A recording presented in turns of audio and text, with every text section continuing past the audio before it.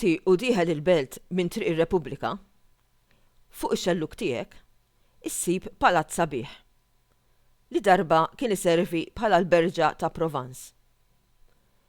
F'dan il-palazz illum insibu il-Mużew tal-Arkeoloġija.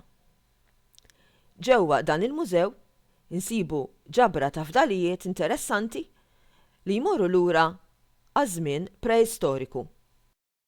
Meta nsemmu iż-żmien preistoriku, qegħdin nitkellmu fuq iż-żmien meta il-bniedem ma kienx għadu tgħallem kif jikteb. Allura dak kollu li nafuh minn dak li jgħidulna u jgħallmuna l-arkeoloġi.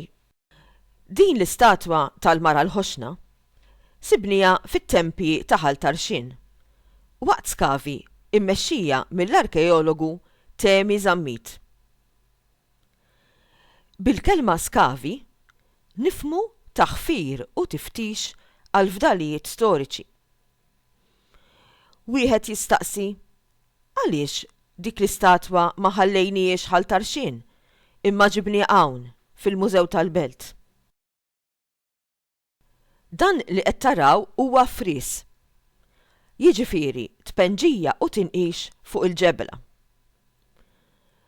Din il-ġebla wkoll sibnija Ħal Tarxin, imma llum qiegħda ġol Mużew tal-Belt. L-istess nistgħu ngħidu għal dan l-artal bix-xitla minquxa fuqu. Dan sibnieh ħaġar qim, imma llum qiegħed ġol Mużew tal-Belt. Għaliex ma ħallejniehx ħaġar qim? Ħarsu lejn din il-ġebla kbira. Din sibnija Ħal Tarxin u hemmhekk għadha. Innutaw kif din il-ġebla qiegħda titmermer. Dan it-tmermir ġej minħabba dak li fil-ġeografija ngħidulu weathering. Huwa l-effett tax-xita, tax-xemx u tar-riħ. F'kelma waħda huwa l-effett tal-elementi. Din hija r-raġuni prinċipali għaliex meta nsibu oġġett prezzjuż u ta' valur, dan l-oġġett nippruvaw nibżgħu għalih, nipproteġuh u nikkonservawh biex ma jiġrilux bħal dawn il-fdalijiet megalitiċi. B'hekk, aħna u ta' warajna nkunu nistgħu nibqgħu ngawdu dawn il-fdalijiet storiċi.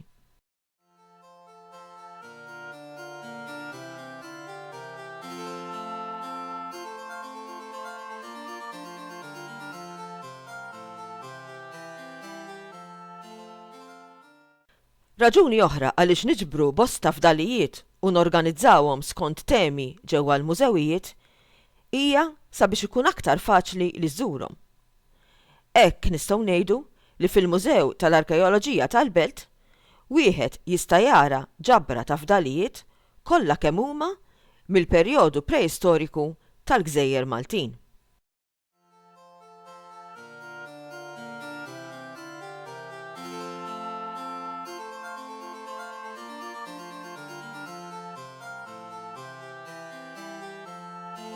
X'insibu fil-Mużew tal-Arkeoloġija?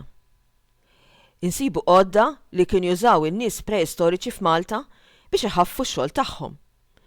Insibu statwi ta' annimali u bnedmin u bosta fdalijiet oħra li għandhom x'jaqsmu mal-preistorja, kif ukoll xi ritratti interessanti.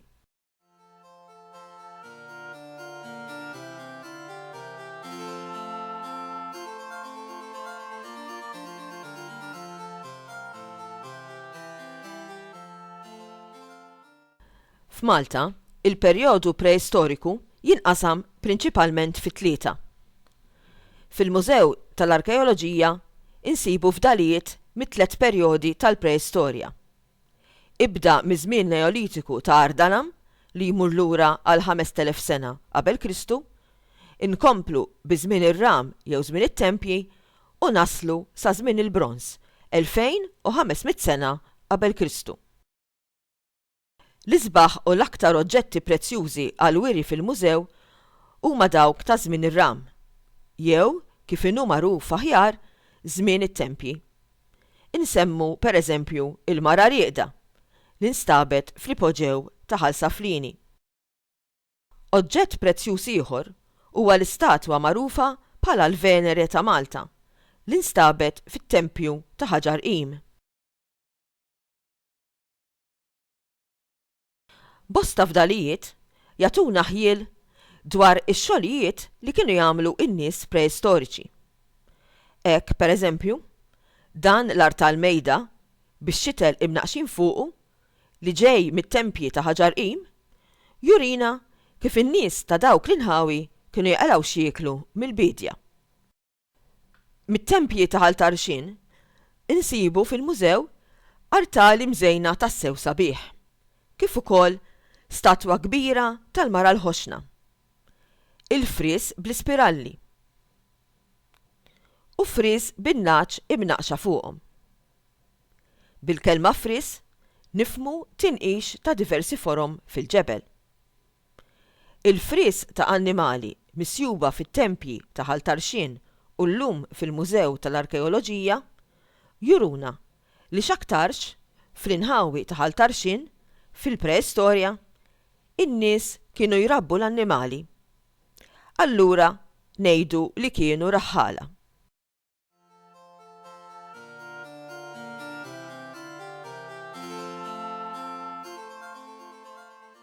Dan il-fries, forma ta' ħuta, sibnieh f'post ma' ġenb il-baħar. Eżattament f'Buġibba.